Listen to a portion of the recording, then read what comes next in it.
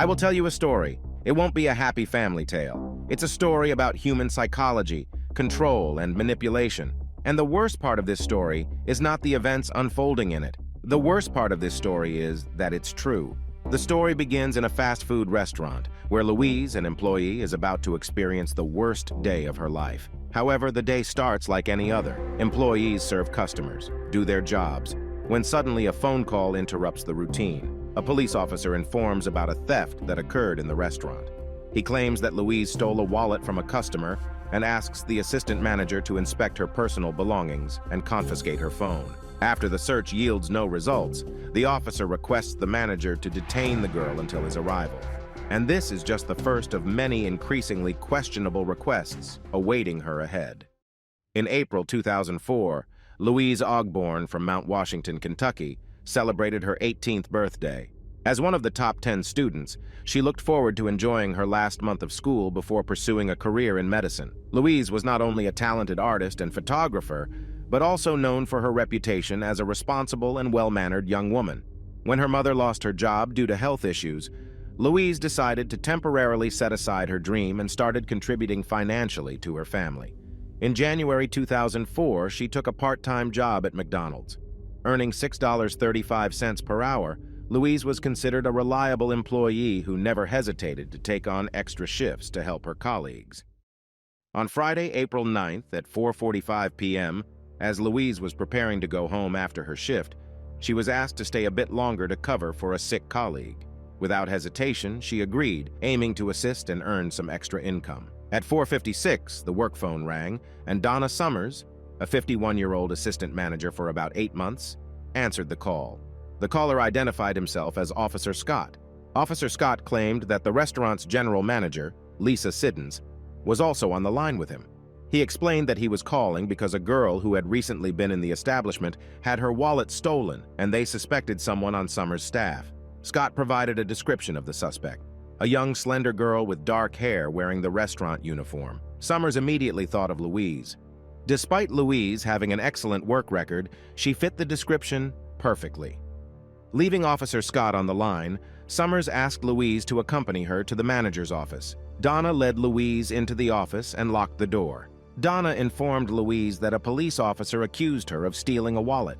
Shocked, Louise immediately declared her innocence, stating that she could never steal anything. Donna explained that the police officer had described Louise as a suspect in the theft. Officer Scott was still on the line, and Summers alternated between talking to him and Louise. Scott informed Summers that the girl had a choice. She could consent to a search on the spot, or wait for the officer to arrive, arrest her, and conduct the search at the police station. Learning of these options, Louise began to cry and thought it would be better to go to the police station to resolve the matter there. However, Summers handed the phone to Louise, and after talking to Officer Scott, she agreed to a search right in the restaurant. Scott directed Summers, who relayed instructions to Louise. Initially, Louise was asked to empty her pockets, and she complied without objections. After handing over her keys and mobile phone, Louise showed that there was no stolen wallet in her pockets. However, Scott suspected that it might be hidden under her clothing and ordered her to remove it. It's worth noting that at this point, Kim Dockery, also acting as an assistant manager, arrived for the evening shift. Kim asked what was happening, but Summers refused to explain, following Officer Scott's demand. In the presence of Donna and Kim, Louise reluctantly removed her uniform and was left only in her underwear. She covered her face with her hands and cried while Donna examined her clothing. There was no stolen wallet in her clothes, but this was deemed insufficient. Louise was then ordered to remove the remaining clothes and hand them over to Donna for inspection. Louise complied. All of this became too much for Donna Summers, who started doubting the truthfulness of the accusations against Louise. In response, Scott made a shocking statement. The police were investigating Louise's involvement in more serious crimes, and officers were currently searching her family's home for illicit substances. Thus, Louise's clothing and other belongings were considered evidence in the investigation. Scott ordered Summers to put them in a bag and take them to her car so he could pick them up shortly. During this time, Kim tried to comfort Louise. She gave her an apron to cover herself. As the restaurant was crowded, Kim returned to her work. Summers told the police officer that she also needed to work. Then Officer Scott asked her to find a male employee who would watch over Louise until the police arrived. Summers called 27-year-old restaurant cook Jason Bradley. She left him in the office with Louise and the phone while she returned to her duties. The young man tried not to look at Louise, who was covered with a dirty apron, while listening to Officer Scott's instructions. Learning that Louise had nothing on except the apron, the police officer ordered Jason to take it from her and describe Louise to him. This demand upset Jason. After talking to Scott for just a few minutes, he stormed out of the office and told Donna Summers that he considered it discrimination. He declared to Donna that he wouldn't participate and was going back to the kitchen.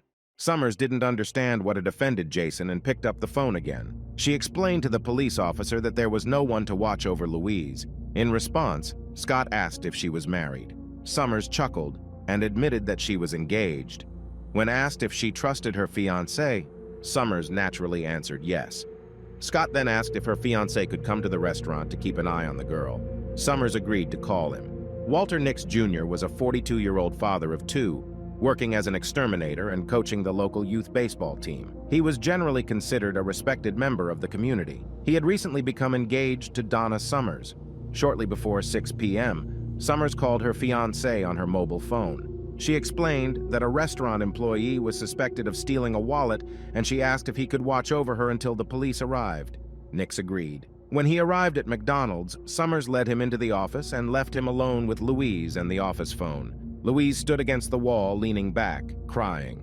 As soon as Donna left the office, Officer Scott wasted no time. He ordered Nix to take the apron from Louise and describe her to him.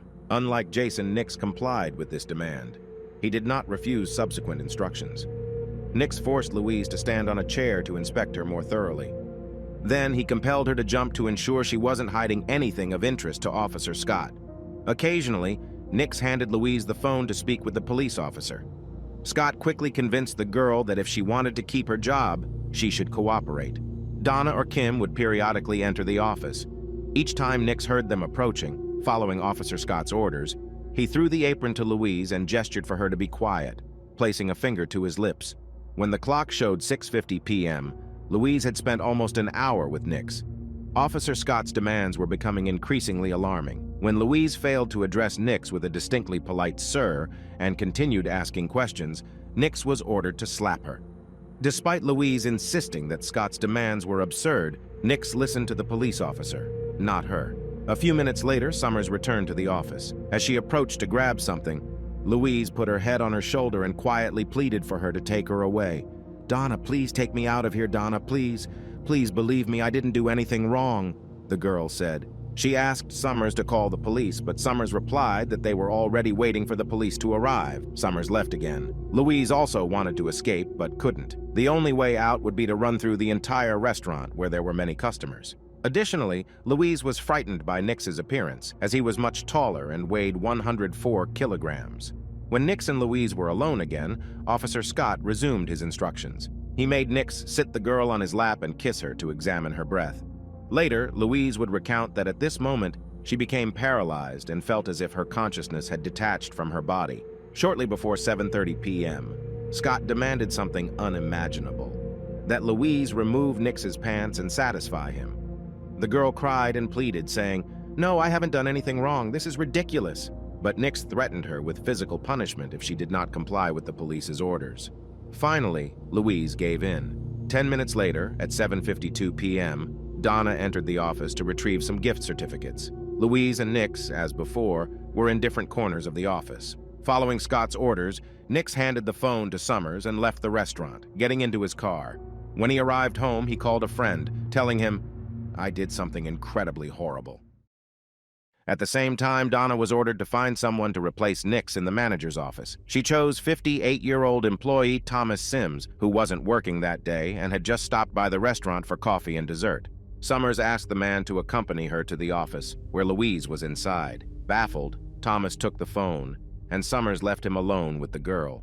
Following the familiar pattern, Officer Scott ordered Thomas to take the apron from Louise and describe her to him.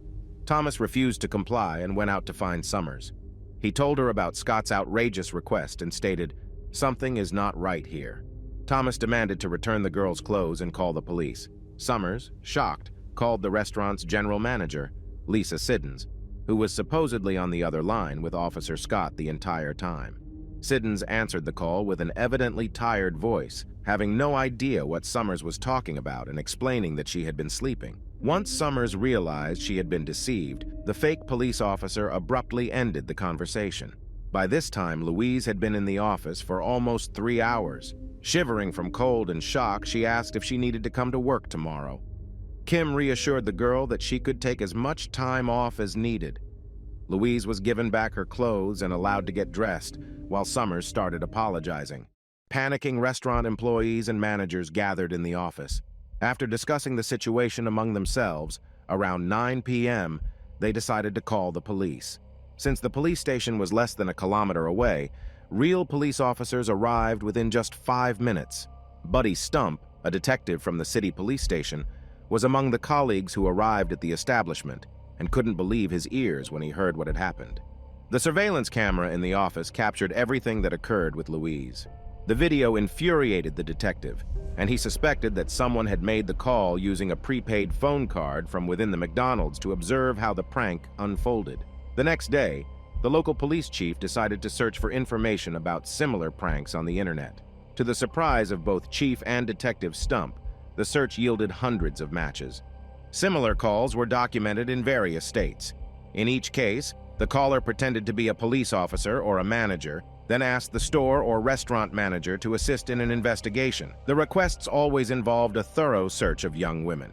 The prankster targeted fast food chain restaurants in small towns and had been active for 12 years. Interestingly, this wasn't the first incident in Kentucky. In 2000, a McDonald's manager responded to a call from someone claiming to be a police officer. The caller suspected a customer of a crime and convinced the manager to remove her clothes to act as bait for the alleged perpetrator. He guaranteed that undercover officers were monitoring the situation and would come to her rescue before the suspect could harm her. In another incident at a Burger King in Indiana, the fake officer persuaded the manager to search a young female employee. When the girl's father arrived, as usual, to take her home, he had to literally jump over the counter and forcibly make the manager release his daughter. By the end of 2003, there were almost 60 similar incidents reported. Upon learning the extent of the prankster's crimes, Detective Buddy Stamp set a goal to find and apprehend him once and for all. Fortunately, someone in the McDonald's restaurant managed to dial *69 when Officer Scott finished the call. This function allowed them to trace the call. Detective Stamp determined that a prepaid AT&T phone card was used for the call, sold at a Walmart in Panama City, Florida, on April 9th at 3:02 p.m., less than 2 hours before the incident with Louise began. Stamp's colleagues in Panama City connected him with Detective Victor Flaherty, an investigator from Massachusetts, who was probing similar calls to Boston restaurants. Flaherty also linked the Boston calls to prepaid AT&T cards sold in Panama City supermarkets. By comparing surveillance camera images of card buyers at Walmart, the police discovered that the person of interest was a man in the uniform of a local prison supervisor. They quickly identified the suspect as 38-year-old David Stewart. Stewart was married and raising 5 children, having worked in the prison for 11 months. Previously, he had worked as a security guard in a shopping center and as a truck driver. Flaherty went to Stewart's home, introduced himself, and asked if he had a prepaid phone card. The man sweated profusely and inquired if anyone was harmed. When told that no one was physically harmed, but the psychological recovery would take years, he exclaimed, "Finally, it's all over." Despite his exclamation, Stewart denied any knowledge of the calls or having a phone card. He called a lawyer and invoked his right to remain silent. Police searched Stewart's trailer home, finding numerous police journals and dozens of rejected police job applications. Only one phone card was found in the trailer, and it turned out to be not the one used for the call to McDonald's in Kentucky, Mount Washington, although it was used for 9 other calls in 2003. Law enforcement in Mount Washington charged Stewart, and he was transferred to Kentucky. In case of a guilty verdict, he faced a 15-year prison sentence.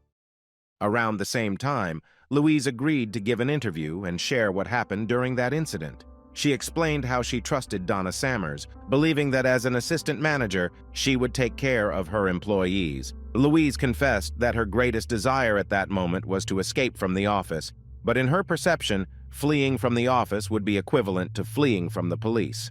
Additionally, Her family depended financially on her job, and she feared losing it. She also noted that her parents had taught her to obey and not argue when an adult asked her for something. Louise's interview was supplemented with comments from a clinical psychologist who confirmed that her description of feeling as if her consciousness had separated from her body was common among people who had experienced similar situations. As a result of the prank call, Walter Nix faced serious charges. Donna was shown what her fiancé had done to Louise, and she immediately ended her relationship with him. Initially, Summers was suspended from work at the restaurant and later dismissed. McDonald's cited a violation of company rules, specifically that the woman brought a stranger into the office, as the reason for her dismissal. Summers was also charged with unlawful imprisonment. Her colleague, Kim Dockery, was transferred to another restaurant. Collectively, the charges against Nix could have led to a 20-year prison sentence. In February 2006, he pleaded guilty to assault and unlawful imprisonment in exchange for a 5-year prison term. He claimed that he himself became a victim because he sincerely believed in following the police officer's orders, even when the orders became inhumane. During the trial, he apologized to Louise. Summers was sentenced to a year of probation, although the prosecutor insisted on actual imprisonment. He explained, "It didn't matter whether Summers thought she was dealing with a police officer or not. If the President of the United States ordered to take a girl's clothes and lock her in a room, there would be no justification for that." However, some leniency was shown towards her after Louise revealed that her manager had been deceived, and she became another victim of the crime. The trial of Stewart began on October 24, 2006, following the court decisions in the cases of Nix and Summers so they could testify against him. Nix claimed in court that he simply followed Officer Scott's instructions. Donna asserted that she spoke with 3, as it seemed to her, different people and heard a police raid in the background. Moreover, Scott knew the names of several employees and a customer in the restaurant, claiming that the general manager of the establishment, Lisa, was on the other line, so Donna believed she was talking to a real police officer. Detective Stamp questioned how Stewart could know the names of the employees and customers. He replied that he did not know because investigators could never confirm these claims. The bombshell effect was produced by the testimony of Thomas Sims, a restaurant worker who put an end to the cruel prank. According to him, Louise said she would receive a substantial check as a result of what she went through. Thomas admitted that he never reported this statement to the police and only informed McDonald's management. Stewart's lawyers skillfully used this testimony to suggest that Louise staged the entire incident to demand compensation from McDonald's. The defense also argued that the prosecution lacked sufficient evidence, and the discovered phone card was not the one used to make the call to McDonald's in Kentucky, Mount Washington. Furthermore, the fact that Stewart bought the card does not prove that he used it. On October 31st, the jury found Stewart not guilty, and all charges were dropped. Despite this, the prosecutors were convinced that they caught the right person, as there were no calls from the prankster since his arrest. Louise filed a $200 million civil lawsuit against McDonald's, blaming the company for not informing employees about the prankster, even though the company knew about the prankster for at least 2 years. There were about 30 other calls to McDonald's, and 12 cases resulted in lawsuits in 4 different states. All these cases ended in out-of-court settlements. Louise's case was the only one that went to trial. The jury was given 12 possible verdict options. They deliberated for a long time and finally decided that part of the blame for what happened lay with the prankster, and the other part was on McDonald's. They ruled that the company would pay Louise over $6 million. It later became known that the jury members took a long time to deliberate because they couldn't agree on the compensation amount for Louise. One juror wanted to give her $100 million, while another insisted on just $1. As a result of an unsuccessful appeal, McDonald's was obliged to pay an additional $2.4 million to cover legal expenses. Incredibly, Donna also filed a $50 million lawsuit against McDonald's, claiming that the management did not warn restaurant managers about the prankster. In response, McDonald's stated that they initially did not inform managers because they did not want them to refuse to cooperate with real police officers. However, a few days before the incident in Kentucky, they did send a voice message to managers with a warning. They also argued that the strip search went against their rules since 2001, something Summers should have known. The company's representatives blamed Summers and Nix for the incident, as well as Louise herself, noting that all 3 should have understood that the call was a prank. Nevertheless, the jury decided to award Donna over $1.1 million, although the amount was later reduced to $500,000. Louise never returned to work at McDonald's. The incident left an indelible mark on her, and she had to take a long time to recover from the cruel prank. She was too traumatized to attend college as she had planned. Nevertheless, she gradually began to recover. She found a job at a law firm, met a nice young man, and soon became a mother. After receiving compensation, she admitted that she would use the funds to study law since her initial plans to become a medical professional were shattered. You never know how you'll act until you find yourself in a specific situation. One might wonder what's wrong with Donna or Nix, but more than 60 people acted exactly like Donna Summers. Why do we so easily obey orders, even when we know they are wrong? Why are we willing to inflict pain on others if someone else takes responsibility for it? There are a couple of well-known experiments that explain how the prankster managed to turn people into his puppets. In the 1960s, psychologist Stanley Milgram conducted what is now known as the Milgram experiment on obedience in psychology. The professor told participants that he was studying the learning process, but in reality, he was studying people's willingness to obey authority figures. Participants were asked to administer electric shocks with increasing voltage to people who incorrectly answered questions. In reality, these people were actors who did not suffer from electric shocks. However, the experiment showed that over 65% of participants would administer the maximum voltage to an innocent learner just because a person in a white lab coat told them to. In 1971, Professor Philip Zimbardo conducted a similar experiment known as the Stanford Prison Experiment. He divided student volunteers into two groups, with some becoming prisoners and others guards. The professor studied the psychological effect of obtained power.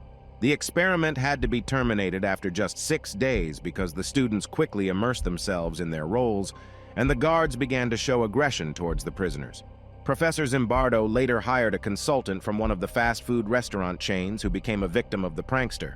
He concluded that the criminal had read Milgram's work because he applied basic techniques of gaining control over people.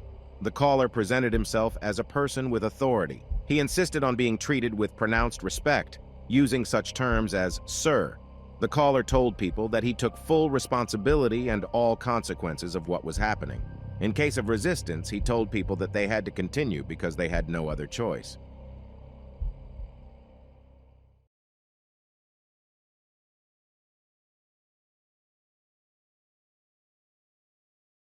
When a former Los Angeles prosecutor clashed with a burglar who broke into his home, he had no idea how complex and strange the outcome of the case would be. And when it was all over, he desperately tried to understand why it happened. The only answer he could see: diet pills were the cause of the shocking crime.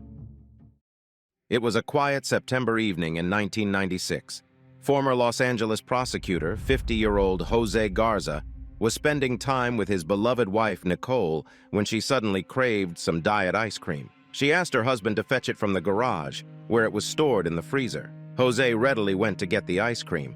It was almost 11 p.m. The house in Silmar, a suburb of Los Angeles where the couple lived with their 3 young children, was mostly enveloped in darkness, as was the street around it. Suddenly, the cozy silence was broken by the family's dogs barking. Jose stopped halfway, alarmed by the sharp and insistent barking. Could someone be trying to break into the house? He decided to check, but first he retrieved a pistol from a locked cabinet, one of the many in his collection. Jose cautiously opened the garage door, slowly reached for the light switch. At that very moment, 3 gunshots rang out. The flashes of light that illuminated the garage allowed Jose to catch a glimpse of the shooter. To his horror, he saw a figure that reminded him of a ninja with dark clothing, a wig, glasses, and a mask covering the face. The person had started shooting without any warning. Fortunately, the bullets missed their mark. Jose, holding his pistol, returned fire. He fired just once, but that was enough. The dark figure clutched their stomach and collapsed to the floor. Jose didn't risk approaching the person on the ground, nor did he remove the mask from their face. After all, what difference did it make what the person looked like? Let the police handle that. The important thing was that he and his family were safe, or so he thought at that moment. Therefore, Jose rushed to the phone to call the police. When the police arrived, They asked the neighbors to watch over the couple's 3 young children while they took Jose Garza and his 32-year-old wife Nicole to the station to give their statements. Meanwhile, officers examined the crime scene. The man who had attacked Jose was still lying curled up on the garage floor between the boiler and the freezer, with blood flowing from his abdomen. Without removing his mask, glasses, or wig, they transported him to the hospital, while the forensic team began collecting evidence. They found no signs of robbery or forced entry into the home. Even the garage door was closed, so how did he get inside? However, the forensic team did discover the assailant's revolver and 2 bullet marks on the door leading from the kitchen to the garage. It was clear that Jose had miraculously escaped death. Additionally, on the garage floor, the forensic team found a bracelet with keys to a Ford Bronco, which did not belong to anyone in the Garza family. At the station, the husband and wife were questioned separately.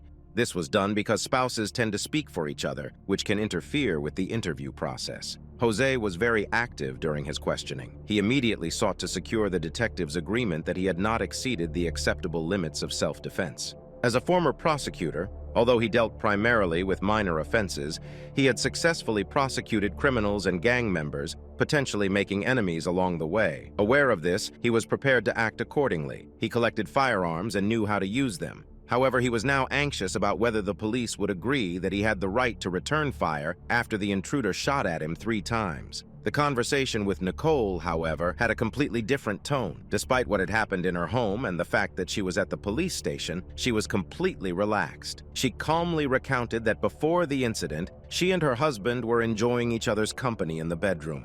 After some intimate moments, she craved something sweet and asked Jose to bring her some diet ice cream. It was stored in the garage, so Jose went to fetch it. Suddenly, she heard gunshots, and her husband rushed back to call the police. He then took their children, who were also frightened by the loud noises, to their room. While detectives were interviewing the couple, unexpected news arrived from the hospital. It turned out that the burglar who had shot at Jose 3 times was a woman. She had no identification on her, and her identity had not yet been established. But just the fact that the shooter was female immediately shifted the investigation in a new direction. The detectives suddenly had a lot of new questions. Could this have been one of Jose's 2 ex-wives? Or perhaps a lover? Jose confidently dismissed all these suggestions. Nicole also couldn't name any woman who would want her husband dead. At one point, a detective was asked to step out of the interrogation room for a moment. When he returned, his first question to Nicole was, "Tell us about your relationship with your sister." This was an incredible twist because the armed ninja turned out to be Nicole's own sister, Lynette LaFontaine Trujillo. When Jose was informed of the identity of the person who attacked him, he was genuinely surprised. He stated that he wasn't very close to his wife's sister and didn't understand why this fragile woman, a mother of 4, would shoot at him. But here's the strange thing. When detectives began questioning Nicole about her sister, she didn't even bat an eye. In other words, suddenly and out of nowhere, police investigators start pressing her about a family member, and she didn't find that odd at all. But why did Lynette try to kill Jose? Was she jealous of her sister's family? Did she intend to kill just the man, or was she planning to go upstairs to harm her sister and nieces and nephews too? The couple couldn't answer these questions, so they were allowed to go home. Moreover, despite Lynette's critical condition, she had regained consciousness, and detectives decided to try to question her directly. They rushed to the hospital. Lynette, of course, couldn't speak, but she could potentially write down answers in a notebook. As soon as the police entered her room, Lynette gestured as if she was writing with a pen on paper. But when given a notebook, she only wrote 2 words, "Diet Cola," and then fell back asleep. They tried to find a clue in the woman's life. Friends who knew the red-haired sisters Nicole and Lynette well recalled that the girls were very popular and well-liked by everyone. Despite their popularity, the sisters were completely different. Lynette was as creative and artistic as her younger sister was intelligent and serious. Nicole found studying incredibly easy and completed her homework without any difficulty. As they grew older, the differences between them became even more pronounced. Nicole achieved success in life, earning a higher education and becoming a divorce attorney. A beautiful, well-off woman, she created a wonderful family with a respected prosecutor. This was her second marriage. Her sister could only envy her. Lynette, on the other hand, struggled to find purpose in life. From an early age, she dealt with a series of problems. She lacked self-confidence and struggled to accept herself as she was, leading to bulimia. This was followed by a dependency on illegal substances and disappointments in love. She married Miguel Trujillo and had 3 sons, but their relationship didn't stand the test of time. During the divorce, Nicole represented her sister. In 1994, Lynette became a mother again. However, like her previous 3 children, this son also stayed with his father. After this relationship ended, Lynette moved back into her parents' house. At 34 years old, she was living with her parents and working double shifts as a waitress. But she missed her children terribly and would see them whenever she had the chance. However, life's misfortunes don't automatically turn someone into a killer. Lynette must have had a serious motive to commit such a horrific crime. The answer came with the discovery of the Ford Bronco, which belonged to Lynette. The car was found early in the morning, parked a couple of blocks away from the Garza family home. The key found in the garage matched the lock. Inside the vehicle, officers discovered a bag filled with damp, torn pieces of paper. The officers thought the papers were incriminating enough to be destroyed, yet important enough to be kept. This case was turning into a puzzle, literally. It took the team quite a bit of time to piece together the text on the sheets, but when the fragments started to come together, they realized they held the key to solving the case. The torn paper pieces were once letters. There was no signature or date, but as the fragments were reassembled, it became clear that these were letters sent to Lynette. The letters contained detailed instructions on how to kill Jose. Specific recommendations were given. Wear a wig but no makeup. Bring gloves. Get a manicure to shorten your nails. Gunshots are very loud. Don't scream, don't be late for work, and act normal the next day. The author of the letters expertly manipulated Lynette's emotions, convincing her to commit this dreadful crime. You're mentally strong enough to do this and forget about it. You're stronger than you think. A minute and a half of terror and your life will change completely. Thanks to these letters, it became clear that someone had convinced Lynette to commit the crime, and that someone was Nicole, as the letters also mentioned, Mom. Investigators were able to uncover that Nicole had long been complaining to her sister about her marriage. She convinced Lynette that Jose was abusive, that he humiliated her and mistreated her in intimate ways. Nicole insisted that everyone would be better off if he simply disappeared. In one of the letters, she wrote to Lynette, promising that once it was all over, she would take care of her sister and her children. Nicole assured Lynette that she would help her get the breast surgery she had always wanted, find her a better job, and assist her in gaining custody of her children. In her desperation, Lynette, a mother of 4 who saw no light at the end of the tunnel in her life, agreed to help her sister. Nicole was arrested on September 27th, just 1 day after the shooting. Jose couldn't believe what the investigators were telling him. He quickly hired the best lawyer for his wife and visited her regularly in jail. Jose insisted that despite the nearly 20-year age difference and the fact that they had only been married for a few years, he and his wife were the perfect couple and deeply in love. The best evidence of this, he said, was their 3 children. A few days later, Lynette passed away in the hospital. She never regained consciousness and was unable to tell her side of the story. Her 4 young children were now motherless. Lynette's youngest son was told that his mother was working a lot and couldn't see him. The middle son was convinced that she had abandoned them, and the eldest, a 10-year-old boy, called other family members twice a day to make sure they hadn't disappeared like his mother. How can you explain to a young child that his mother is dead, killed by his uncle, and that his aunt is in jail? Lynette's relatives wondered. On October 8, 1996, Nicole was officially charged with the murder of her sister, conspiracy, and attempted premeditated murder. Although she didn't pull the trigger, from a legal standpoint, Nicole created the situation that led to her sister's death. On Tuesday, September 24th, the day before the attack, she gave Lynette a revolver, the keys to her house, and instructions printed from a computer. Everything was supposed to go smoothly, but that night, Jose also took a gun. Not only did he manage to avoid being shot, but he also hit the attacker. Nicole hadn't anticipated this outcome. As she wrote to her sister, the first bullet would surely kill her husband. But if something went wrong, Lynette was supposed to fire 2 more shots into his back. However, detectives found it odd that Nicole gave her sister a revolver from her husband's collection, one of the least effective weapons for the task at hand. One might think Nicole handed her the first revolver she found, but she knew firearms well and was aware of what she was doing. Detectives believe she had no intention of helping Lynette get back on her feet. In fact, they think she never intended to leave her accomplice, even if it was her own sister alive. According to their theory, she wanted Jose and Lynette to shoot each other, and she would then finish off whoever survived. Without the letters, Nicole might have gotten away with everything, but those fragments of paper tightly connected her to the crime. Consequently, she pleaded guilty to involuntary manslaughter and attempted murder, thereby avoiding the most severe punishment for her crimes, life imprisonment without parole. In January 1997, she was sentenced to 15 years to life in prison. However, she never explained her motive. She constantly complained to her sister about financial and personal problems, alleging that Jose kept her and the children on a tight leash and controlled everything. But even if this were true, the first thing that should have come to an unhappy wife's mind was divorce, not murder. However, if her husband died, she would receive his insurance payout, pension as a former Los Angeles prosecutor, all the real estate, and all of Jose's savings. Naturally, she didn't want to get her hands dirty, so she convinced a family member to commit the murder for her. This is why even Nicole's relatives couldn't forgive her, because the murderer not only took away her sister's children's mother, but also her own. Due to one reckless decision, 7 children were left without their mothers. Nicole was released in 2012. She remarried and moved to Arizona with her husband. She lives an ordinary life as if nothing ever happened and has no contact with her now adult children. Nicole manipulated her sister and her husband. The judge remarked that this case resembled Franz Kafka's works in its darkness and plot twists. For Jose, the whole ordeal seemed surreal. He had always supported his wife and blamed everything on the diet pills Nicole had been taking for 5 months before the attack.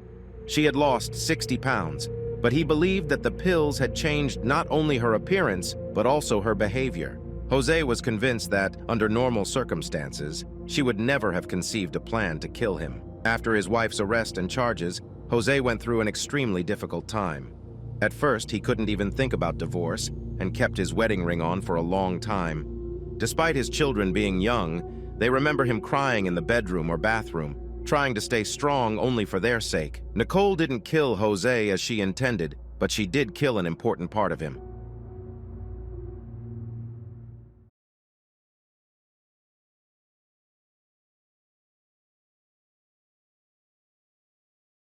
On June 22, 2005, in the pre-dawn hours, the Los Angeles police responded to a dispatcher's report of a hit-and-run involving a bicyclist in a dark alley. The driver of the car had fled the scene. When officers arrived at the specified location, they found a man lying in the dark alleyway. He was dead. His bicycle was standing next to him. It appeared that the man had stopped to pump up a flat tire on his bicycle when he was hit by a car whose driver hadn't noticed him. But there were several issues. Firstly, the bicycle tire was not flat, so why would he stop to pump it up? Secondly, literally a few steps away from him, a streetlight was on, but he chose to do this task in the dark. Thirdly, he had no tools. Additionally, he was covered in motor oil, and there was a tire mark on his jeans, indicating that the car had completely run over his body. This was unusual because a car typically either pushes the victim to the side or the victim tumbles over the car and falls. Finally, the autopsy would later show that when the man was hit by the car, he was not sitting or standing but lying on the ground. His chest had been crushed, 3 ribs were broken, his spine was fractured, and he had been dragged about a meter, causing injuries. Furthermore, a strong sleeping pill and an equally strong painkiller were found in his system. Why would a man go for a bike ride after taking such medications? Fortunately, there were no problems identifying the man. Thanks to documents found on his body, he was quickly identified as 50-year-old Kenneth McDavid. When the officers went to Kenneth's last known address, they arrived at an apartment building where the manager informed them that Kenneth hadn't lived there for some time. Kenneth was a musician. He played the piano, and in his hometown of Sacramento, he worked as a DJ. He moved to Los Angeles to try to find work as a screenwriter.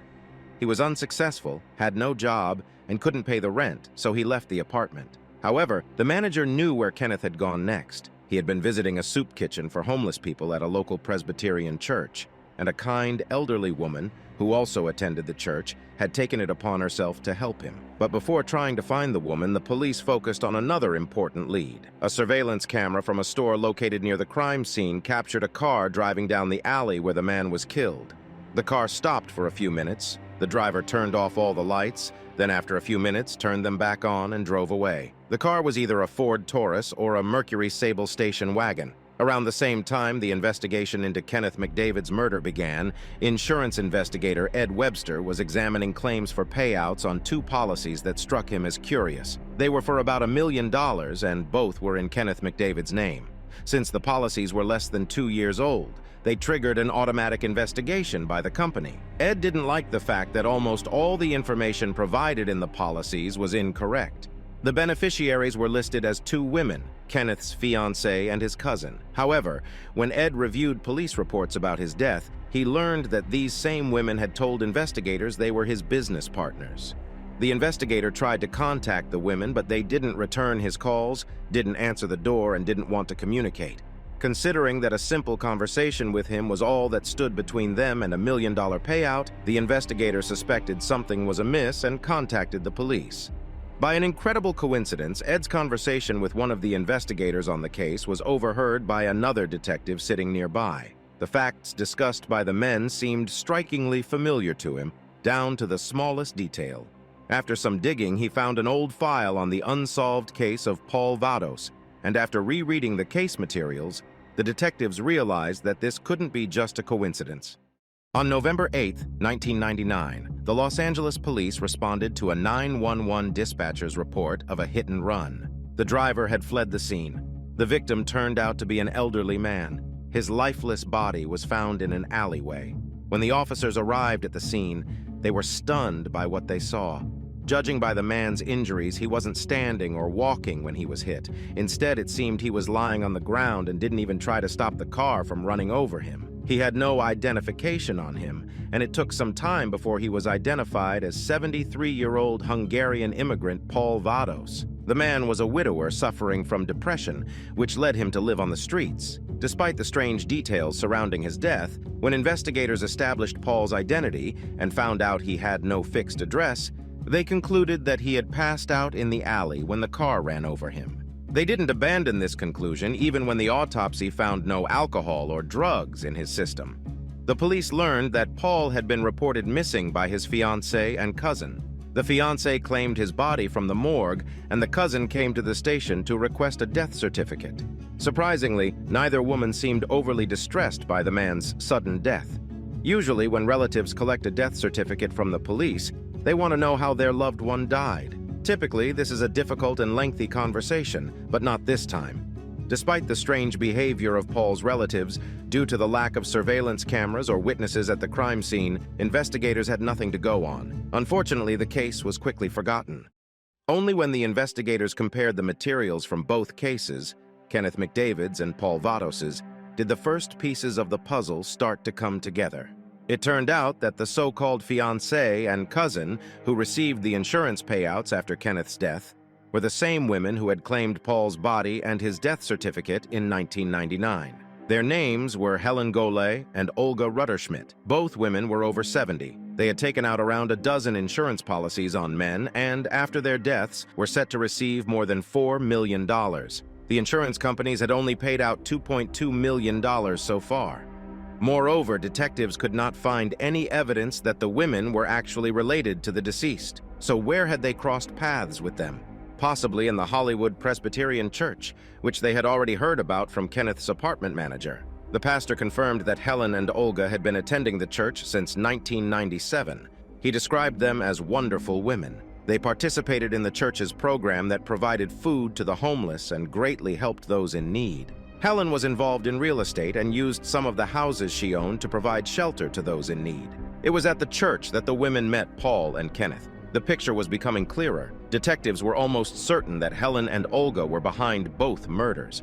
They had committed the crimes to obtain as much money as possible from the insurance policies taken out on the men.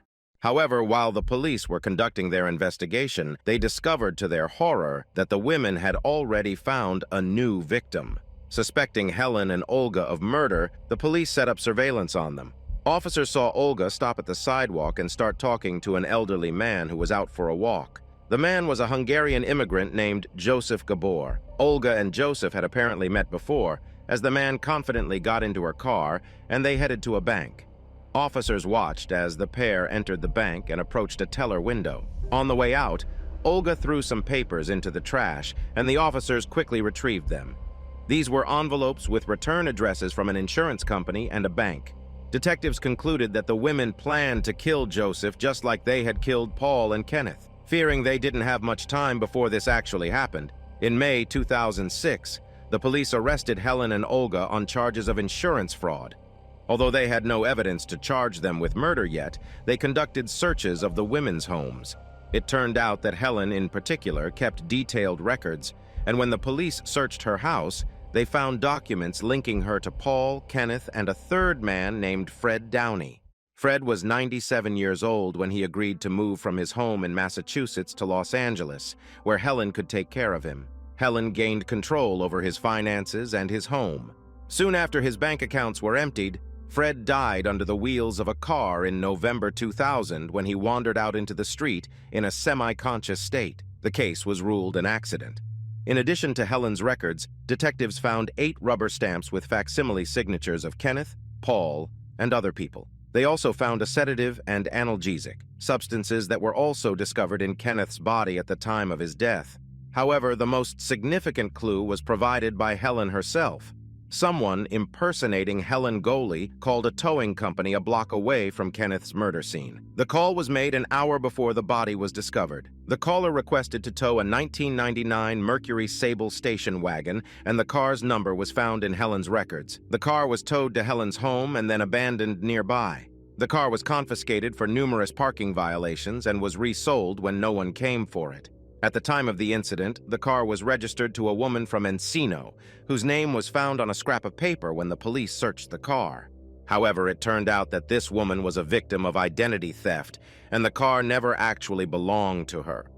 Fortunately, the police managed to track the car, and when they conducted a thorough search, they found that there was still blood on it. The blood belonged to Kenneth. The police were still investigating the murders of Paul and Kenneth when, on May 19, 2006, the informants were charged with 8 counts of fraud. It was sensational news. 2 elderly women, who might have been at home knitting socks or reading detective novels, were found to be planning the murders of unsuspecting men. When news of the arrest of both women became public, journalists and the community actively discussed the case. It was at this point that a man named Jimmy Covington came forward. His story only convinced the police that they were on the right track. Jimmy recounted that in the early 2000s he was going through tough times and was sleeping on the street behind a church.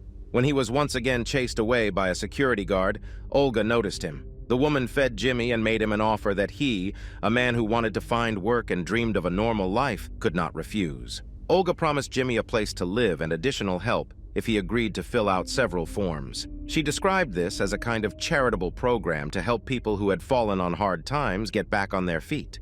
He accepted the offer, but Olga and Helen immediately began asking him very personal questions. They wanted to know everything, including his social security number and whether he had any relatives. Suspecting something was wrong after just a few days of the so-called charitable program by Helen and Olga, Jimmy decided to decline their offer of help and go his own way. Of course, he could not have known that by that time the informants had already secured 2 insurance policies on him. They did the same with Kenneth and Paul, but none of them suspected the horrific scheme.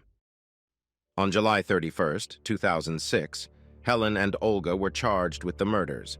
The women were held without bail in federal prison. They could have been sentenced to death, but the prosecutor stated that they would not seek the death penalty for the women. The trial began on March 18, 2008. At the same time, the prosecutor dropped the fraud charges. If the women were acquitted of the murder charges, these fraud charges could be used later. The prosecutor told the jury about Helen Goley and Olga Rader-Schmidt. The women were not married, but enjoyed dressing stylishly and visiting places where they could meet many men, such as fitness centers and churches. Helen worked as a real estate broker, owned several properties, and lived in a $1.5 million house in a very prestigious neighborhood, driving a Mercedes SUV. In other words, she was a wealthy woman who had no need to turn to crime. However, she had not always been wealthy. After her father's death in a car accident, she had lived in foster care. She earned money not only through real estate but also by blackmailing her tenants, overhearing their secrets, and suing anyone who got in her way. Her philanthropy was a front. She despised those less fortunate in life. Olga had moved to the USA from Hungary, lived in a small apartment, drove a Honda Civic, and had no obvious source of income other than working as a realtor for Helen. Previously, she and her husband had owned a coffee shop. Unlike Helen, who maintained her appearance with plastic surgeries, Olga was very athletic for her age and loved long walks. It was unknown how the women met, but it was clear that it had been many years ago. The women had little in common and did not socialize as friends in everyday life.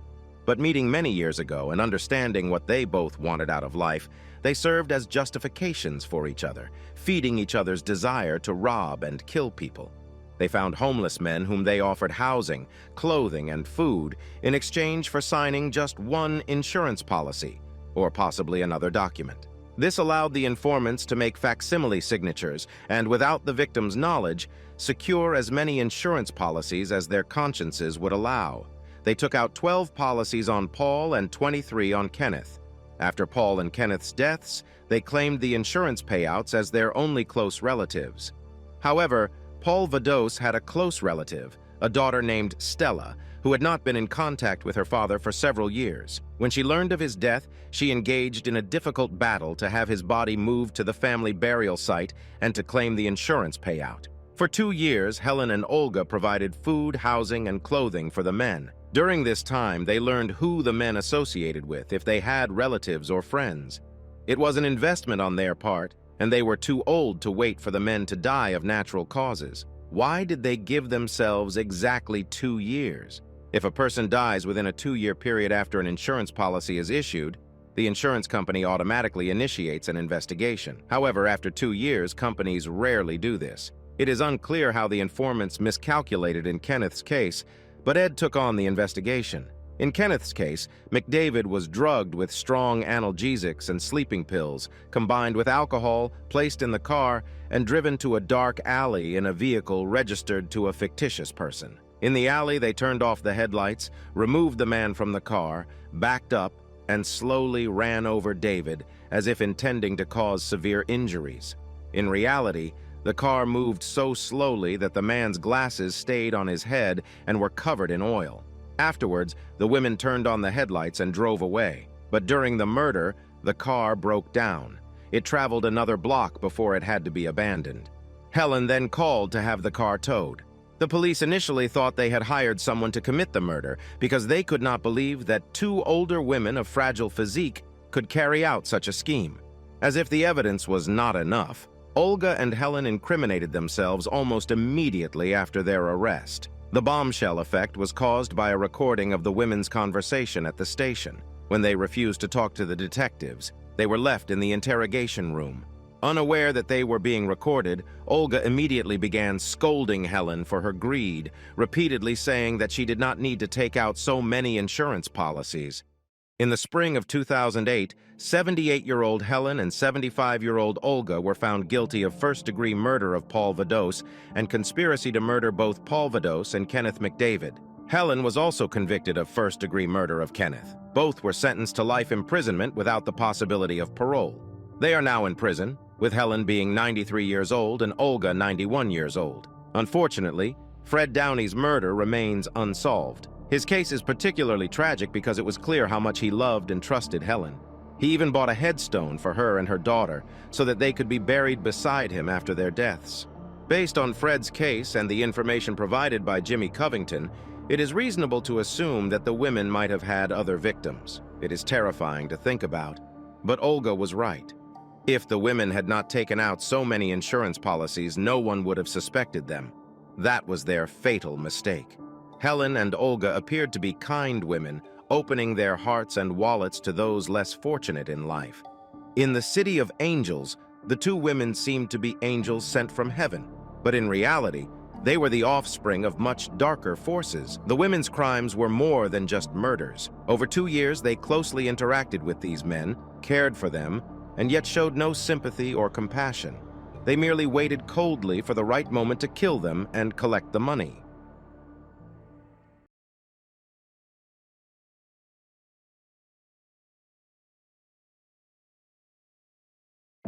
A small picturesque village, Horton, is nestled on the edge of a range of hills and grassy meadows predominant in the southwest of England.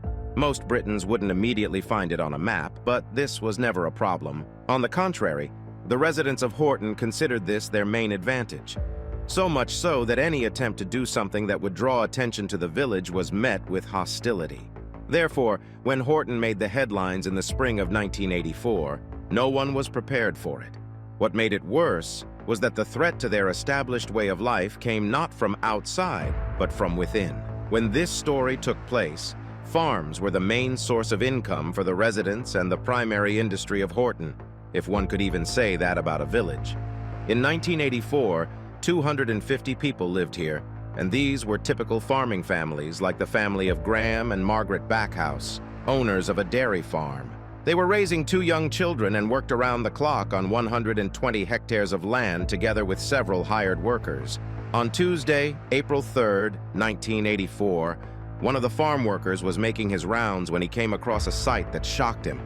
Hanging from one of the fence posts was a freshly severed sheep's head. Below it was a note, soaked with dripping blood, with only 2 words handwritten on it: "You next."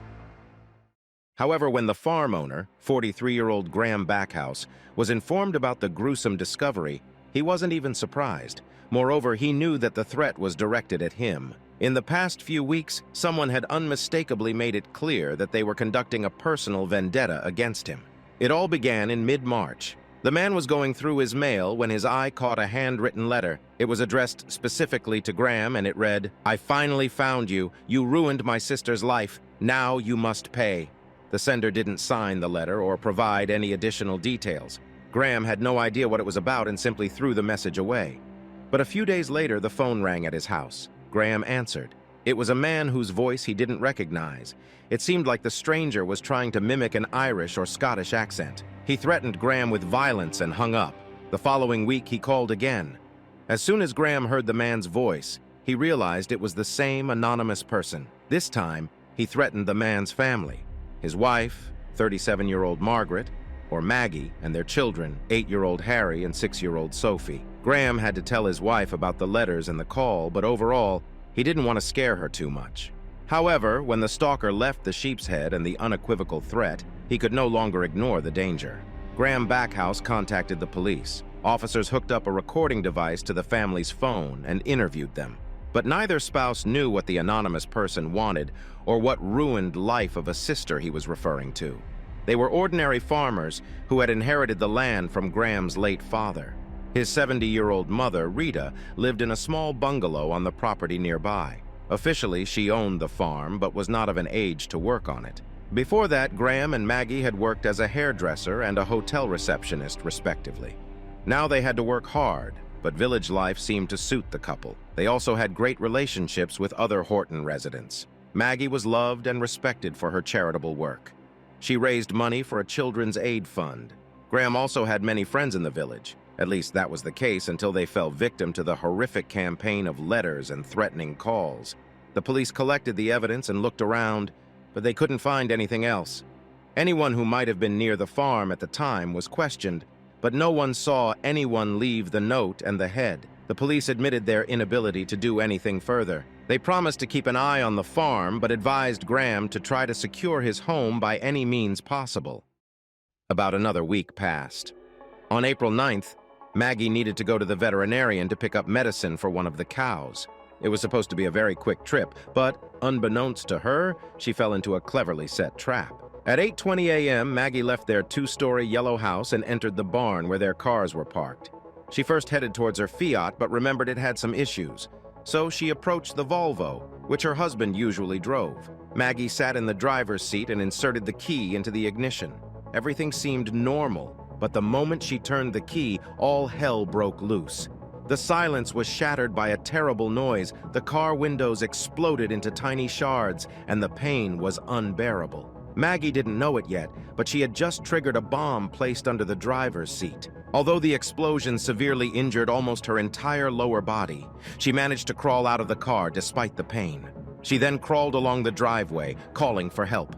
Maggie was able to attract the attention of a school bus driver. The driver rushed to her while a schoolgirl who knew the Backhouse family ran to get Graham, who was working in the milking parlor. When he heard that his wife was injured, he turned pale and began to shake. The man hurried into the house to call an ambulance and then brought a blanket for his wife. Soon, paramedics arrived and took the injured woman to the hospital, where she underwent a series of operations. The lead shot with which the bomb was packed had damaged her legs and lower back. The doctor removed at least half a kilogram of shot. She also had several skin grafts, but most importantly, she survived. Meanwhile, the police were working at the crime scene. Once the bomb squad confirmed there were no other explosive devices, the detectives were able to thoroughly examine the Volvo. They discovered that whoever had made the bomb had done so very crudely. The bomb consisted of a scaffolding pipe filled with 42,000 lead pellets and gunpowder from 12 shotgun cartridges. It was hidden under the driver's seat. It was inconspicuous, and Maggie didn't notice anything. If it had been placed anywhere else, it would have killed her. However, the floor of the Volvo was made of thin and flexible materials. The seat, on the other hand, was heavy and sturdy. It was very well made. The seat and the car floor absorbed most of the blast's power and directed the remaining pellets in other directions. Thus, the solid and sturdy construction of the seat acted as a kind of safety cocoon for Maggie. This saved her life. The police immediately doubted that Maggie was the target of the attack. Assuming that this was the work of the same person who had been sending threatening letters, investigators concluded that the perpetrator was hunting Graham, especially since it was Graham who usually drove the Volvo. This theory was confirmed when another letter from the anonymous sender was found later that day. The note hinted that the perpetrator had returned, but was scared off by the presence of the police. As always, there was no name or signature at the end of the letter. But the anonymous writer promised to see Graham again. This meant that whoever this person was, they were not done with their victim. It goes without saying that the news of the attack on Maggie spread like wildfire through Horton. While the villagers were relieved to hear that she survived the explosion, this did little to soothe their unease, especially as the details of the anonymous stalker's harassment of the family before the incident became known. For people who had always viewed outsiders as the primary threat to their way of life, accepting that the danger came from within was particularly difficult. While Maggie was recovering in the hospital, the rest of the family was under police protection. Officers interviewed nearly all the villagers, which, given the small size of the community, was not too difficult to accomplish. Detectives hoped that witnesses might provide leads, as they still had little to go on. The only evidence they had so far were the remnants of the explosive device and the 2 threatening letters left at the farm before and after the attack. Upon closer examination of the letters, the police noticed a mark on one of the notes that resembled an imprint from a pen or pencil used on another piece of paper lying on top of the note. The imprint was unique, resembling a meaningless pattern that someone might doodle absent-mindedly. This pattern could potentially aid in solving the case, but only once it could be compared to something else. The investigators also spoke with Graham again, hoping he could identify anyone who might have a grudge against him. Graham recalled having territorial disputes with his neighbor, Colin Bedale Taylor. The issue was that Colin's driveway ran alongside the back of Graham's farm, and Colin did not allow Graham to use it to access his field. While this was a significant issue, the police found it hard to believe that anyone would resort to planting bombs in cars over such a dispute. Graham then admitted something he had previously kept secret. Throughout his marriage, he had cheated on his wife numerous times. Most of these affairs were one-night stands, but there were also ongoing relationships. One of his mistresses was 24-year-old shepherdess Jillian, the daughter of a sheep farmer. Graham stated that he had no deep feelings for Jillian, but he was flattered by the attention from such a young woman. In addition to her, he had regularly seen the wife of his best friend, David Hodkinson. Upon hearing this confession, the detective speculated that someone connected to one of these women might have a motive to kill Graham. The detectives were confident they had found the perpetrator when they discovered that Graham's best friend, David Hodkinson, had once worked in a quarry where he used explosives. More intriguingly, David now worked with electronics and wiring in cars. Although there was no doubt that David had the expertise needed to create a bomb, a significant problem arose when the detectives dug deeper. At the time of the explosion, David was vacationing in Spain and had been out of the country for several days. As for the second woman, Jillian, she outright denied having an affair with the farmer. She claimed that Graham's accusations were a product of his imagination and described such behavior as beneath her. There was no evidence linking her or anyone associated with her to the crime. Consequently, the police found themselves at an impasse once again. 9 days later, while Maggie was recovering in the hospital and the couple's children were staying with their grandparents, Graham decided to end the constant surveillance of his home. The rationale was simple. Either the attacker would try again and they would finally discover his identity, or Graham and his family would be able to return to their normal lives. In any case, living under round-the-clock police watch had become unbearable. The detectives agreed with him but installed a panic button in the house, directly connected to the police station. This way, Graham could press it if anything happened, and the police would come to his aid immediately. Meanwhile, the detectives continued interviewing the residents of Horton. On the evening of April 30th, they spoke with Graham's neighbor, 63-year-old Colin Bedale Taylor, with whom he had had territorial disputes. Colin mentioned that he barely knew Graham and that their disputes were not particularly serious, though they sometimes escalated in tone. The detectives also wanted to speak with Colin's wife, Margaret, so Colin went outside to work in the garage. The investigators asked Margaret about 2 thefts from a shop for which her husband had been accused. This was apparently a surprise to her, as she was unaware of these accusations. She said that after the tragic death of their youngest son 2 years prior, Colin had been troubled, but he had been seeing a psychotherapist and was getting better. At that moment, Colin peeked into the house and said he would visit the neighbor. For some reason, neither his wife nor the detectives paid much attention to his comment. As the sun was setting, Colin walked a few hundred meters to Graham Backhouse's farm. Everything was quiet. The workers had left, and the police officers guarding the house were gone. Lights were on inside, and Colin knocked on the door. Within about 10 minutes, the sharp wail of a siren cut through the air. On April 30th at 8:25 p.m., the residents of Horton watched in horror as police cars with sirens blaring raced down the main road. There was a meeting at the municipal building that evening, and the atmosphere among the attendees immediately changed. Many sat helplessly, watching the police cars pass by. Those who found their voices expressed hope that the police were not headed back to Graham's farm. Although no one wanted to believe it, that was indeed where they were headed. The officers arrived to a scene that everyone had feared might eventually occur. The entire kitchen floor of the Backhouse home was covered in blood droplets. Chairs and furniture were overturned, suggesting a struggle had taken place. The homeowner, Graham, was alive but had sustained 2 deep and long cuts that bled profusely. The first cut started at the upper part of his chest, ran diagonally, and partially encircled the lower part of his torso. The second wound began on the left side of his face near the ear and extended down below his lip. Another man lay on the floor at the foot of the stairs at the end of the hallway. In his right hand, he held a knife, and there were 2 gunshot wounds in his chest. He was dead. The deceased was identified as 63-year-old Colin Bedale Taylor. Medics rushed Graham to the hospital, where he received more than 50 stitches. The doctor mentioned that the noticeable scars would remain with him for the rest of his life. After receiving medical attention, Graham recounted what had happened. He had met with his neighbor Colin at Colin's request. Colin, known in town as a jack-of-all-trades, came under the pretext of looking at some furniture, but behaved oddly. Appearing nervous, Colin began accusing Graham of crazy things, including the death of his 19-year-old son 2 years ago. Graham, of course, reminded his neighbor that his son had died in a car accident, but Colin seemed to have lost his mind. He confessed to planting the bomb in Graham's Volvo, nearly killing Maggie, and admitted to being behind the threatening letters and phone calls. Colin then suddenly declared that he had been led there by Providence and that Graham must die because it was God's will.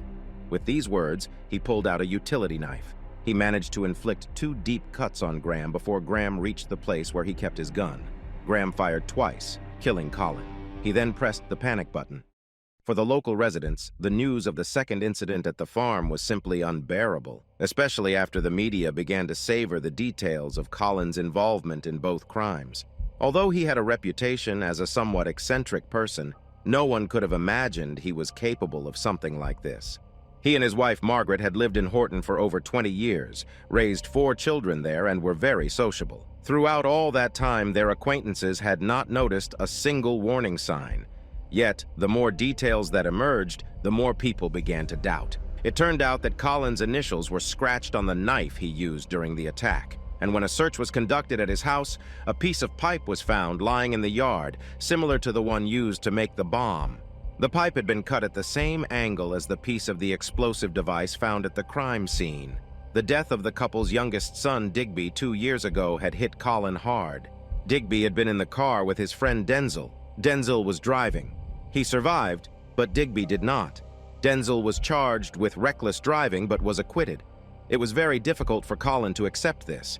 He had been treated for depression after being insistently asked to retire early from his job as an engineer. Colin's condition worsened every time he saw Denzel, who, incidentally, had been hired to work at Graham Backhouse's farm. Considering Colin's disputes with Graham over the territory, people began to wonder, could all of this have driven Colin over the edge? For about 2 weeks, rumors and suspicions gained momentum before the final shocking event followed. On the evening of May 12, 1984, the police arrived at the farm for the last time. This time, they were not responding to an incident, but to arrest the person truly responsible for the horrible events that had taken place there until that moment. That person was Graham Backhouse. Graham's nefarious plan had roots going back to November 1983, when his accountant warned him about his dire financial situation. His father had been an excellent farmer and businessman, but the same could not be said about Graham. He had tried not only to keep dairy cows, but also to grow crops. However, 2 consecutive years of poor harvests had hit him especially hard. When he met with his accountant, he stated that he wanted to transition completely from crop farming to livestock farming, but he was told that he owed more than £50,000 and couldn't afford another loan. To buy cows and cover additional expenses, he would need twice that amount. Graham tried to raise money by selling part of his land. However, he managed to sell only a few small plots. By the spring of 1984, his debts had exceeded £70,000. At that point, Graham decided he would get the money by any means necessary. Each spouse had a life insurance policy worth £50,000, but in March 1984, Graham doubled the amount of the insurance policy so that in the event of his wife's death, he would receive £100,000. Just a few days later, he began setting the stage for a campaign of terror against himself and his family. However, the anonymous letters did not attract police attention. Then he raised the stakes. He placed the sheep's head and the note reading, "You're next." Deciding that the officers were sufficiently convinced by the threats he had fabricated, he moved on to the main part of his plan. He cut a piece of pipe, filled it with lead shot and gunpowder, and then on April 9th, placed the homemade bomb in his own car. He made sure to disable his wife's car as well. Fortunately, Graham lacked sufficient knowledge and experience in making explosive devices. Additionally, he underestimated the build quality of his car. As a result, the bomb did not kill his wife. Although this dashed Graham's dreams of obtaining £100,000, he quickly realized that he had created much bigger and more immediate problems. The police were investigating the attempt on Maggie's life, and they could trace it back to him. Initially, he wanted to blame his friend David Hodkinson. David could have been an excellent scapegoat due to Graham's affair with his wife and David's experience with electronics and explosives. However, he failed to lure David to his home after the explosion. Graham had to change his plans and shifted his focus to Colin. Graham asked Colin to come over and look at some furniture he supposedly planned to restore, but he simply shot the unsuspecting man. Colin just wanted to help his neighbor and possibly earn some money, and he walked right into the lion's den. The detectives knew exactly when Colin left his house, and that the men wouldn't have had time to exchange more than a few words. Colin barely had time to enter the house before he was shot twice in the chest. Graham then staged the scene to make it look like he had been attacked. His elaborate setup included deep cuts on his face and chest to make it easier for the police to believe his claims of self-defense. He carved Colin's initials on the knife he used to cut himself before placing it in Colin's hand and left a piece of pipe on Colin's property. In other words, he nearly killed his wife and then murdered an innocent neighbor, all for the £100,000 insurance money, which he knew he would never receive even before killing Colin. Certainly, these weren't just speculations of the police and prosecution. By the time the trial began, they had amassed a wealth of evidence proving Graham's guilt. Many of these pieces were circumstantial, but there were so many that they couldn't be denied. First of all, there were documents confirming Graham's dire financial situation and the fact that he had increased the insurance payout in case of his wife's death just days before his first report to the police. There were also notes written on paper from the Backhouse family home proven by the imprint of a doodle found on a piece of paper in a notebook that matched the imprint on the note. Then there was the blood at the shooting scene. Although Graham claimed that Colin chased him through the house, all the blood drops on the kitchen floor were round and even, indicating that the injured person was standing still, not running. Similarly, while Graham claimed that Colin cut him before he managed to grab a weapon, there was no blood on the weapon. His injuries did not match the statements he gave to the police. Experts concluded that such a cut on Graham's body could have been inflicted by another person only if they grabbed Graham from behind. But Graham insisted that Colin attacked him while they were face to face. Even if he lied about this, experts stated that there were other features of the wounds indicating that he inflicted them on himself. If Graham had really been attacked, he would have instinctively leaned away, but there were no defensive wounds on him. The depth of the cuts suggested someone confidently turning the knife towards himself. Additionally, Graham shouldn't have placed the knife in Colin's hand because, after 2 shotgun blasts to the chest, he would have certainly dropped it. Even the so-called initials of Colin on the knife supported the prosecution's case, rather than the defense. Colin's family and friends said he was very meticulous with tools and would never do such a thing. He had 500 tools at home, and none of them had initials on them. The planted piece of pipe didn't fool investigators either. The grass under the pipe was not withered and hadn't even been pressed by its weight, indicating that it had been placed there just a day before it was found. Why would Colin move it 3 weeks after the explosion to a place where it could be easily found? Investigators immediately suspected that Colin was being framed. This conclusion was confirmed when one of Graham's workers told the police that a few days before the explosion, he heard noise in one of the farm sheds. There should have been no one there, so the worker went to investigate and found Graham cutting a pipe. Finally, the schoolgirl who ran to Graham after the Volvo explosion did not tell him what had happened to Maggie, only that she was injured. Graham couldn't have heard the explosion while he was in the milking parlor, yet when he called the ambulance, he reported that his wife had been injured in an explosion. Despite all the evidence, Graham maintained that he was not responsible for what had happened. He insisted on his innocence, even when the police intercepted 2 letters he had secretly sent from prison. In one letter, he begged his wife to help him fabricate new evidence against Colin. However, Maggie handed her husband's letter over to the police. The second letter was addressed to a newspaper, where someone clumsily tried to cast doubt on Colin. But of course, thanks to Maggie, the police immediately realized that Graham was the real author of the letter. On February 18, 1985, Graham Backhouse was found guilty of murder and attempted murder. He was sentenced to 2 life terms. Unfortunately, the life of one of his victims, Maggie, did not get easier after his arrest. She had to engage in a legal battle over the fate of the farm. Maggie managed the farm for 10 months from the time of her husband's arrest until his conviction. However, after the sentencing, the property was placed in a trust. Although she wanted to stay on the farm, which she and the children considered home, it was sold within a few months and they had to move out. The dairy farm was converted into stables for horses. The divorce was finalized in the spring of 1986. Graham died of a heart attack while playing cricket in prison in 1994 at the age of 53, having served 10 years. A year later, 48-year-old Maggie died of cancer. One cannot help but agree with the judge who, when sentencing Graham Backhouse, said, "Not satisfied with failing to kill your wife, who by your own account loved you and had done you no wrong, you cold-bloodedly killed a neighbor who had harmed you not at all and whom you hardly knew." The local residents vowed never to forget Colin, but they remembered him not as a murder victim, but as a man who dedicated many years of his life and work for the benefit of Horton.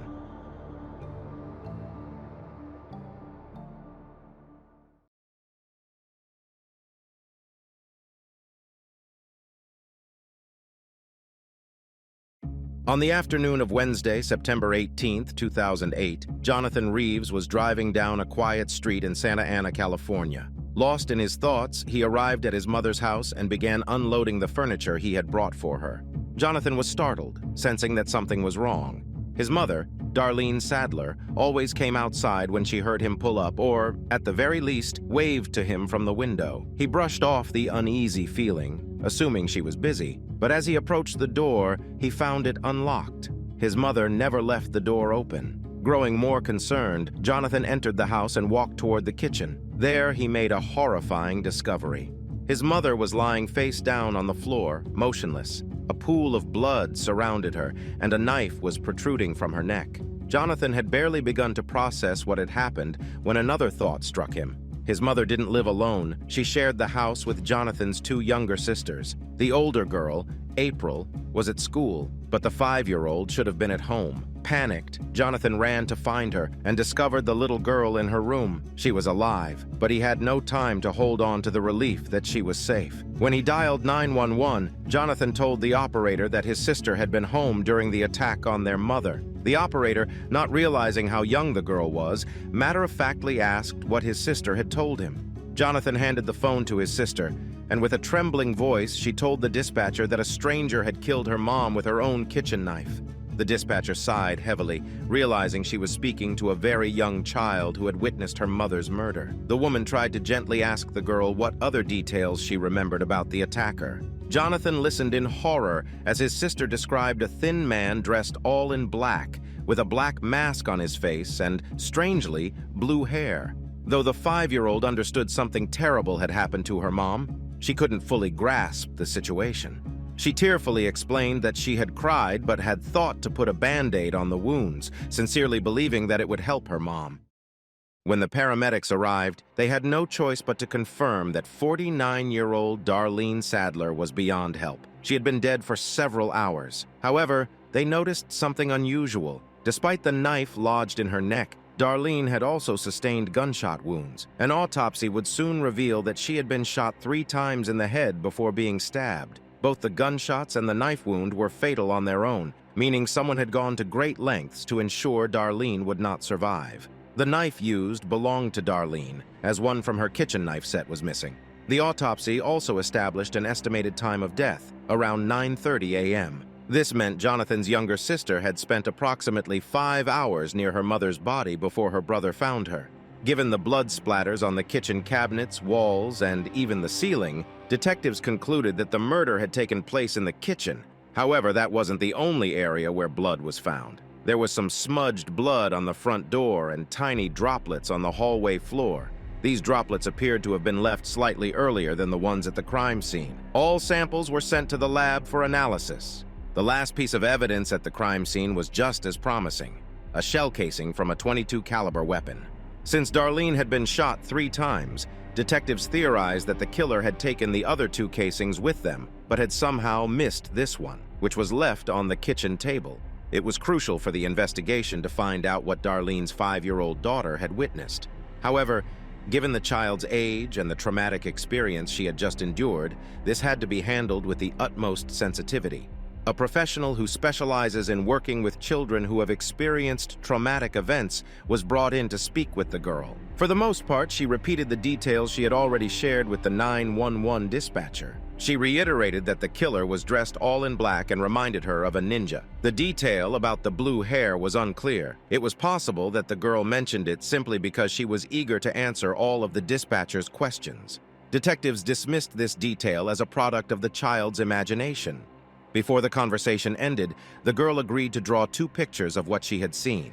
At first glance, the drawings seemed innocent, but they were anything but. She explained that the first drawing depicted her mother lying on the floor with her eyes closed. In the second drawing, the girl illustrated the knife that had been used to stab her mother. Not wanting to put any additional pressure on the child, the police concluded their conversation with her at that point.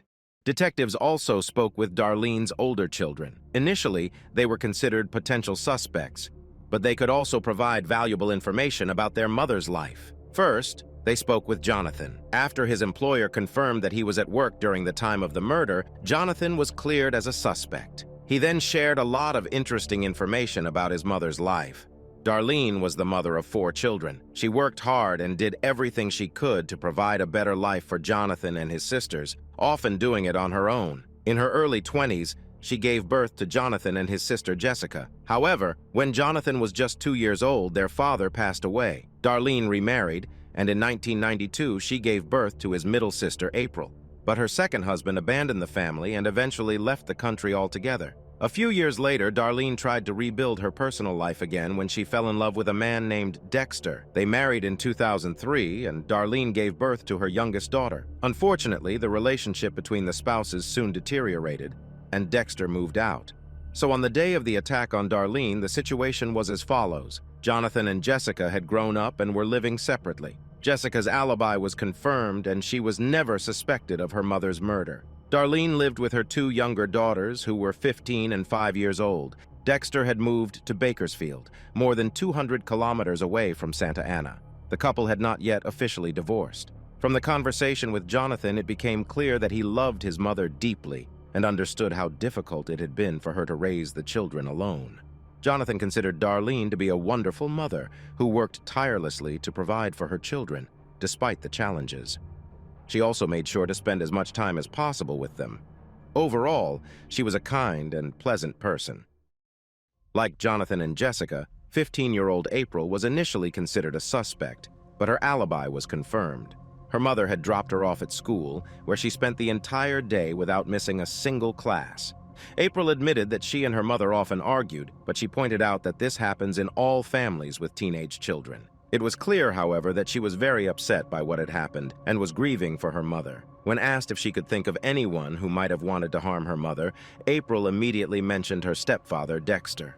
Darlene and Dexter met about 10 years ago at a mutual friend's party. They got married 2 years later. Although their relationship was initially great, according to April, things took a turn for the worse after the birth of their youngest daughter.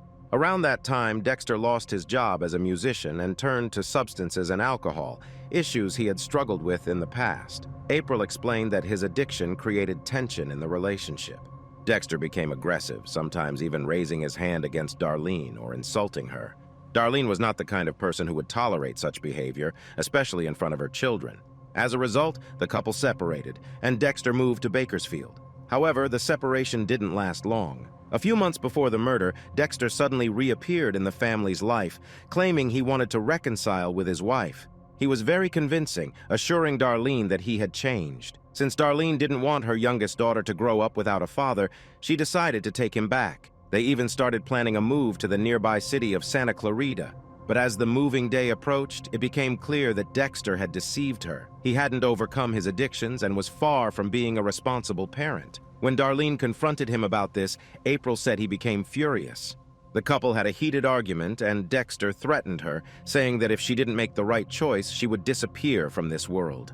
This terrifying threat was made about a month before Darlene's murder. When Dexter was questioned, he denied everything April had said, claiming he was never aggressive towards his wife. He admitted they had problems, but denied ever threatening Darlene. He also insisted that the plan to reconcile and move to another city was still in place. Moreover, Dexter had an alibi.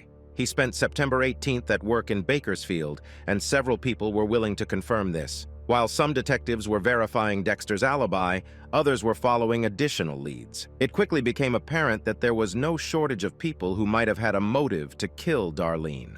As investigators discovered, a young man named Jacob had lived with the family for a while. He was in his early 20s at the time. Jacob was the son of a close friend of Darlene and a friend of her son, Jonathan. Darlene had known him since childhood, and when he had a falling out with his parents in 2006, she allowed him to stay at her home.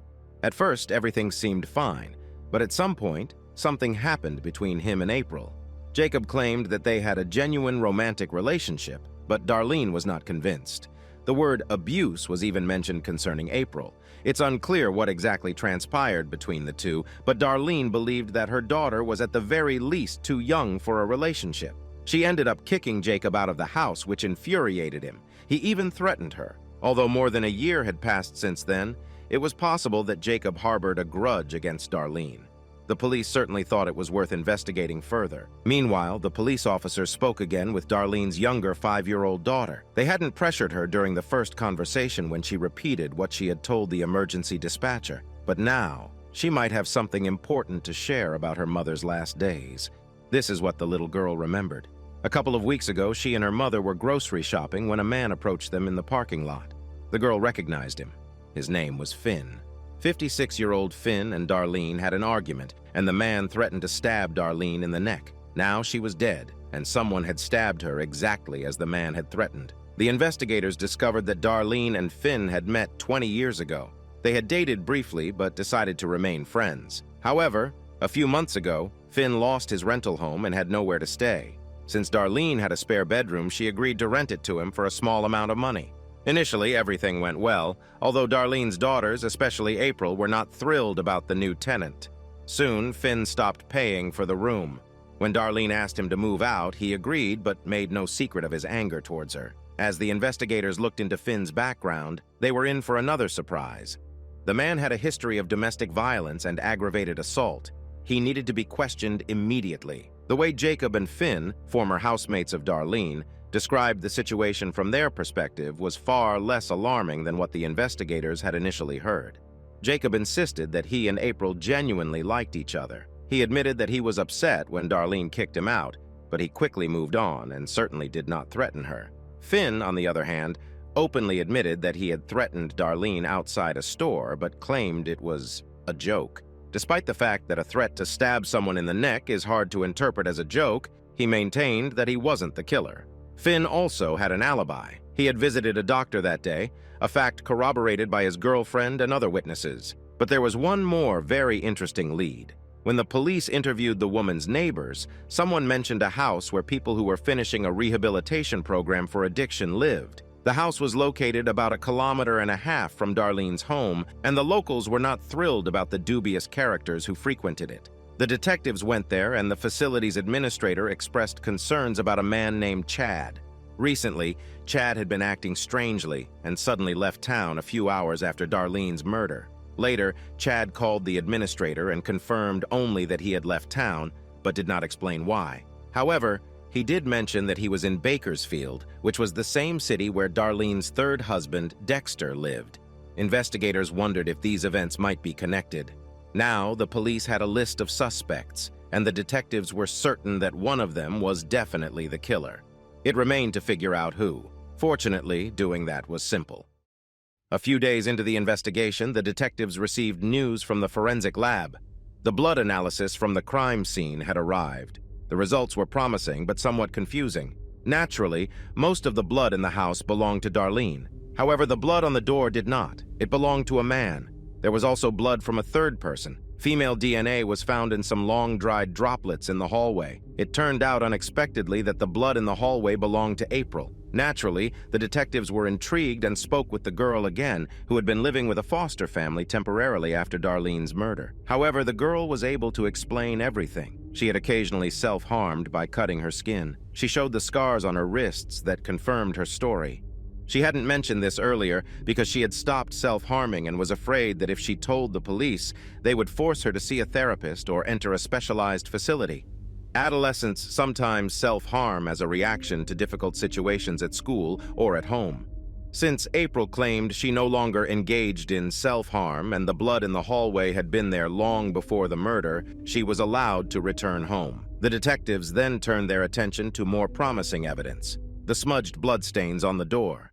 It was almost certain that the blood smudged on the door had been left by the killer as they were leaving the crime scene. DNA samples were taken from each of the suspects, and it turned out that the blood did not belong to any of Darlene's former neighbors or her third husband, Dexter. However, there was still the issue of Chad, who had abruptly left town and gone to Bakersfield. Detectives wondered if Dexter might have hired Chad to commit the crime, and if Chad had then gone to Bakersfield to collect payment for his work.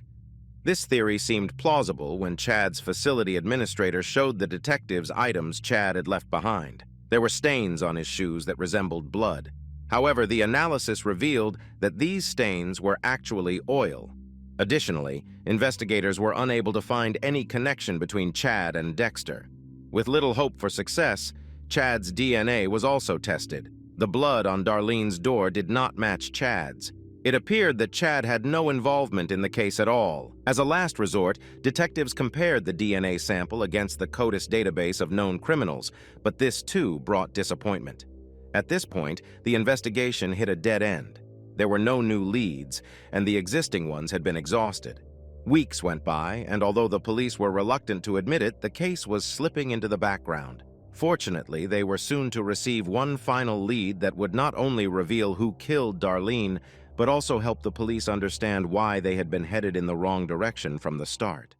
Several months after Darlene's murder, the police unexpectedly received a call from Darlene's son, Jonathan.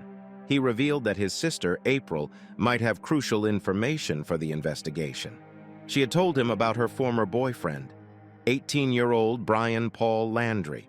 April had only recently come to realize that he could be behind the murder. Through tears, she recounted to her brother that she and Brian had met a few months before Darlene's murder. They spent much of the summer together, but Brian took things too seriously. April was already planning to break up with him when her mother intervened. Brian had confessed to Darlene that he wanted to marry April. Darlene told Brian that he was out of his mind and that they were too young, especially her daughter. She then asked him not to come to their home anymore.